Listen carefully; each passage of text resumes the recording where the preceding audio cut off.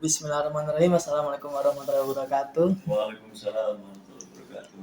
Apa Ustaz, Ismi Azam, dan di sini saya mungkin ingin sedikit berdiskusi dengan antum terkait tema diplomasi Islam.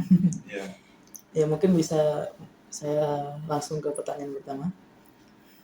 gimana pertanyaannya? Ya pertanyaan pertama sebenarnya cukup basic Ustaz. Apakah bisakah antum sekiranya menjelaskan secara singkat mengenai profil antum dan bagaimana sepak terjang antum selama ini di dunia diplomasi Islam? Pertama, nama saya Muhammad Nur Salim ya. Saya itu ini di Direktorat namanya Diplomasi Publik, ya kan? Diplomasi Publik, Direktorat Jenderal Informasi dan Diplomasi Publik. Kerjaan saya sehari-hari itu saya diserai tugas oleh Direktur Diplomasi Publik untuk menangani isu-isu yang namanya moderasi beragama. Di dalamnya termasuk juga dialog lintas agama. Nah, itu jadi ini kerjaan saya sehari-hari. Tapi kalau ditanya tentang diplomasi Islam, Ya. nah itu kita harus melihat atau mengkaji peristilahan ini. Kalau kita berbicara dalam lingkup Kementerian Luar Negeri, diplomasi Islam itu tidak ada definisinya. Karena kita sebagai negara, ini kan bukan negara Islam, sehingga diplomasinya pun tidak dinamai dengan aset diplomasi.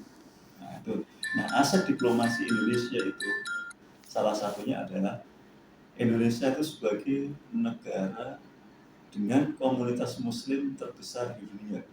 Nah, di situ nanti kita akan berbicara tentang diplomasi dan Islam. Jadi Islam atau komunitas Muslim terbesar di dunia ini menjadi aset di dalam diplomasi Indonesia. Nah itu. Terus kedua, yang juga menjadi aset diplomasi Indonesia itu adalah Indonesia sebagai negara terbesar ketiga dalam demokrasi. Terus selanjutnya adalah demokrasi dan Islam di Indonesia itu tidak berbenturan. Nah ini menjadi sesuatu. Makanya di situ kita ketika berbicara Islam dan diplomasi, nah di situ ada kaitannya. Islam atau komunitas Muslim terbesar di dunia ini menjadi aset dalam diplomasi Indonesia. Dan itu pertama kali muncul kalimat-kalimat seperti itu pada masanya Pak SBY. Saya punya buku judulnya bukunya Pak SBY ya, dia kumpulan pidatonya Pak SBY itu dibukukan besar bukunya, judulnya Transforming Indonesia. Nah di situ dalam buku itu Pak SBY menjelaskan tentang international identity of Indonesia. Jadi Indonesia itu punya yang saya sebutkan tadi, negara dengan komunitas Muslim di dunia. Itu kan kita harus mencari asal usulnya dari mana sih itu. Dan di zamannya Pak SBY itu benar-benar dijadikan sebagai bagian dari politik luar negeri Indonesia. Maka zaman SBY itu kita melihat khususnya misalnya zaman Pak Hasan Wirayuda dari Kementerian Luar Negeri, terus saat itu ada dari PBNU waktu itu Kiai Hasyim Muzadi, dan juga waktu itu dari Muhammadiyah Pak Din Samsudin, itu mereka diberikan panggung oleh pemerintah Indonesia untuk menjelaskan tentang Islam Indonesia untuk komunitas internasional. Karena apa? Karena saat itu konteksnya adalah dunia saat itu dilingkupi dengan ekstremisme setelah peristiwa WTC 2001. Karena itu Islam menjadi tersangka. Nah, negara dengan komunitas Muslim terbesar di dunia harus melakukan action. Nah, salah satunya menjelaskan kepada dunia bahwa Islam itu bukan ancaman, tapi Islam itu bisa hidup berdampingan dengan siapapun secara damai, dan itu dibuktikan dengan keberadaan Indonesia sebagai komunitas Muslim terbesar di dunia, dan dia negara demokrasi terbesar ketiga. Jadi tidak ada di situ ekstremisme atas nama agama. Nah disitulah maka melalui representasi NU dan Muhammadiyah kita menyuarakan suara damai yang didasari oleh pemahaman keagamaan khususnya Islam. Makanya di zamannya Kiai Hasyim Muzadi itu dulu ada namanya International Conference of Islamic Scholars. Nah, di situ pesan-pesan damai itu dimunculkan. Nah, dari itu dimulai sekitar kalau nggak salah 2003, 2004 dan selanjutnya sampai itu berlanjut ya itu namanya International Conference of Islamic Scholars itu sampai tahun 2015 ya misalnya. Baru setelah itu selesai. Nah, terus di Muhammadiyah juga ada namanya kalau nggak salah Pak Rizal Sukma, itu dia meneliti tentang Islam zaman dulu terus sampai ke Megawati.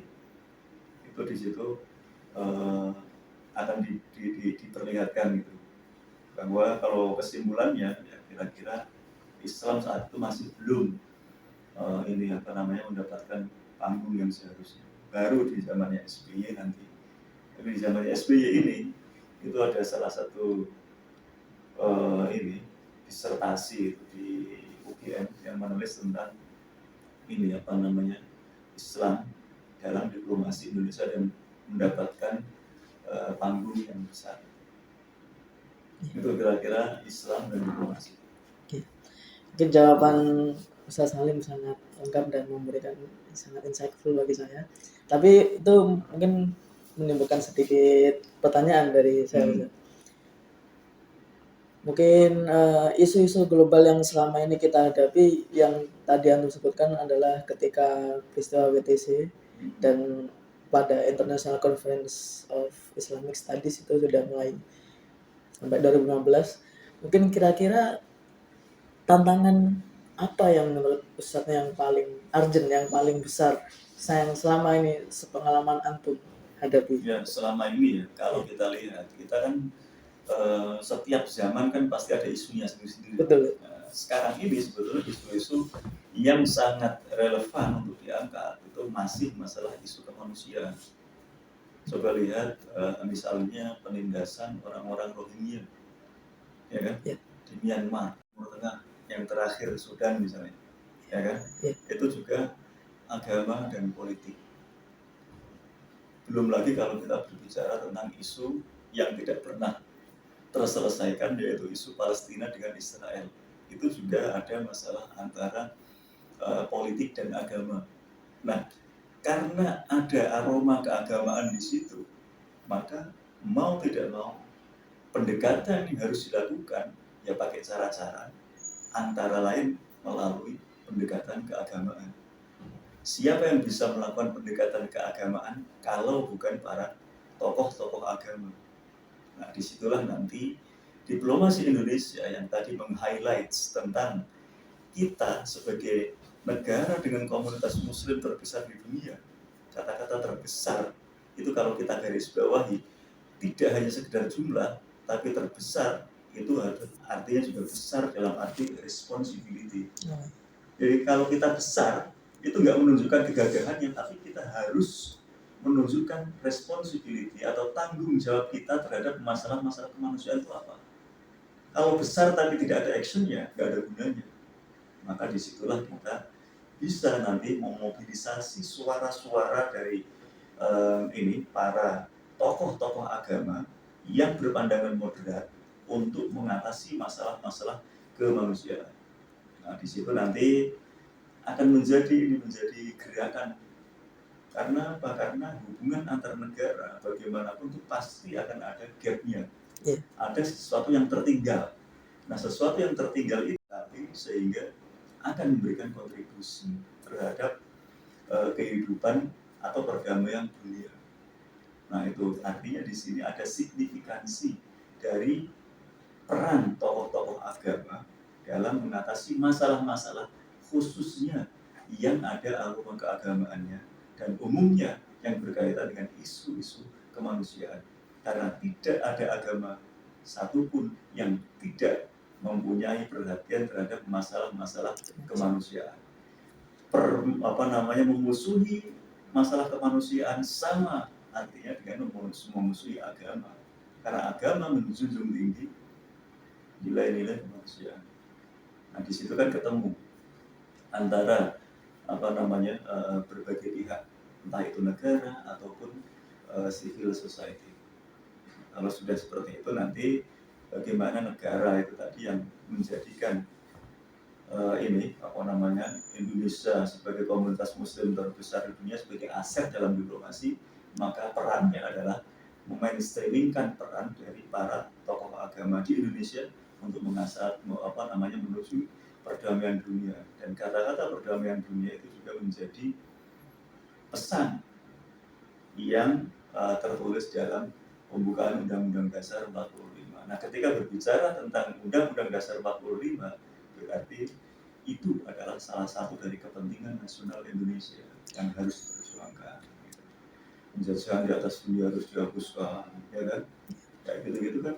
Ini kepentingan nasional yang harus diperjuangkan sehingga dua pihak bisa saling menguatkan satu sama lain, dan pada akhirnya ketika kita mempunyai peran di situ, pada intinya nantinya akan meningkatkan citra Indonesia di mata dunia.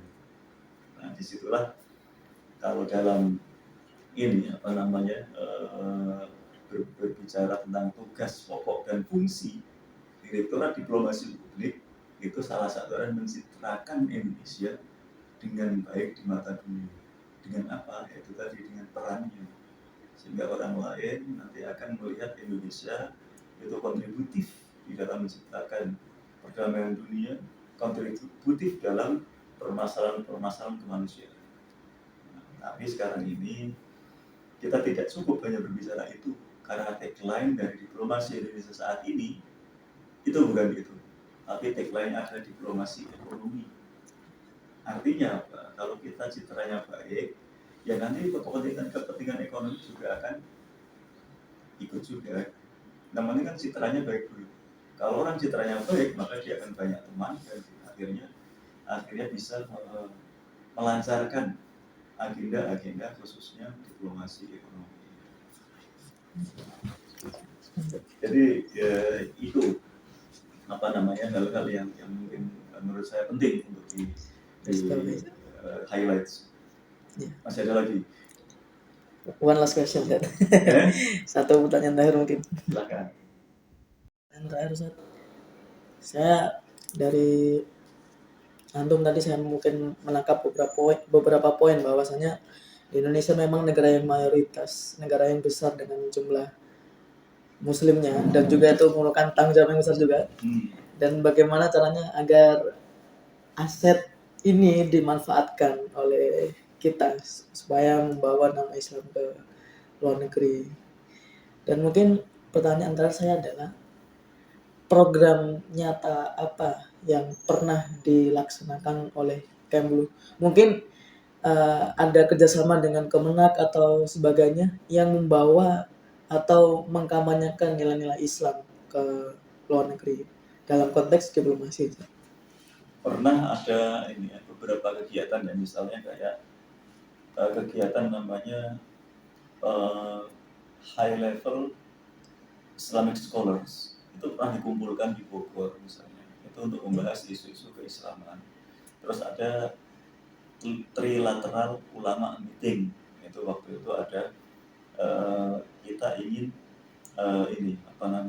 waktu itu memberikan satu pemahaman kepada Afghanistan. Saat itu tuh mengundang, kalau nggak salah, Pakistan, Afghanistan, Indonesia ngumpul membahas tentang isu-isu keagamaan. Itu. Terus yang tadi saya sebutkan, interfaith dialog itu tadi, itu sebetulnya sejak awal memang sudah bekerja sama juga dengan Kementerian Agama, karena berbicara tentang agama. Nah, di situ orang-orang yang moderat pandangannya dalam bidang agama, kita yang sama, kita juga mengikuti forum-forum interfaith dialog secara multilateral. Kalau multilateral kan artinya lebih banyak negara. Misalnya kayak negara-negara MIPTA kan Meksiko, Indonesia, Korea, Turki, Australia, itu udah pernah 2 kali mengadakan kegiatan interfaith dialog tahun 2016 dan 2018. Terus juga dalam ASEAN Europe meeting itu juga ada. Sekarang ini juga sekarang kan Indonesia menjadi ketua ASEAN. Nah, nanti di bulan Agustus ada side event yang dilakukan oleh Direktorat Jenderal Kerjasama ASEAN dengan PBNU. Nanti akan membuat acara intercultural and interreligious dialog.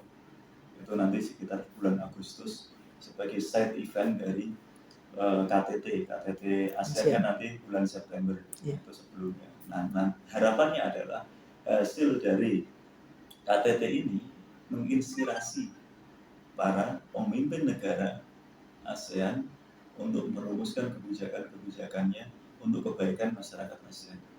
Hal yang serupa yang sebelumnya juga dilakukan pada waktu acara Indonesia menjadi ketua G20, ya kan? Di situ ada acara namanya R20. Memang di situ yang melakukan adalah dari PBNU, tapi di situ juga tidak lepas dari peran Kementerian Luar Negeri.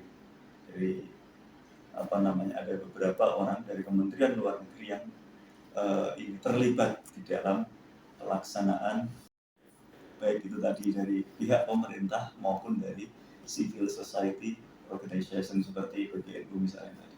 Jadi artinya sudah banyaklah aksi nyata yang dilakukan, dan memang di situ memainstreamingkan pandangan-pandangan yang moderat tentang agama, dan bagaimana agama ini dijadikan sebagai bagian dari solusi, bukan bagian dari masalah itu sendiri. Cukup ya? Ya, cukup Ustaz. Sangat-sangat cukup sekali. Jadi itu ini gambaran besarnya. Nah, udah tergambar secara gamblang di dalam kepala saya.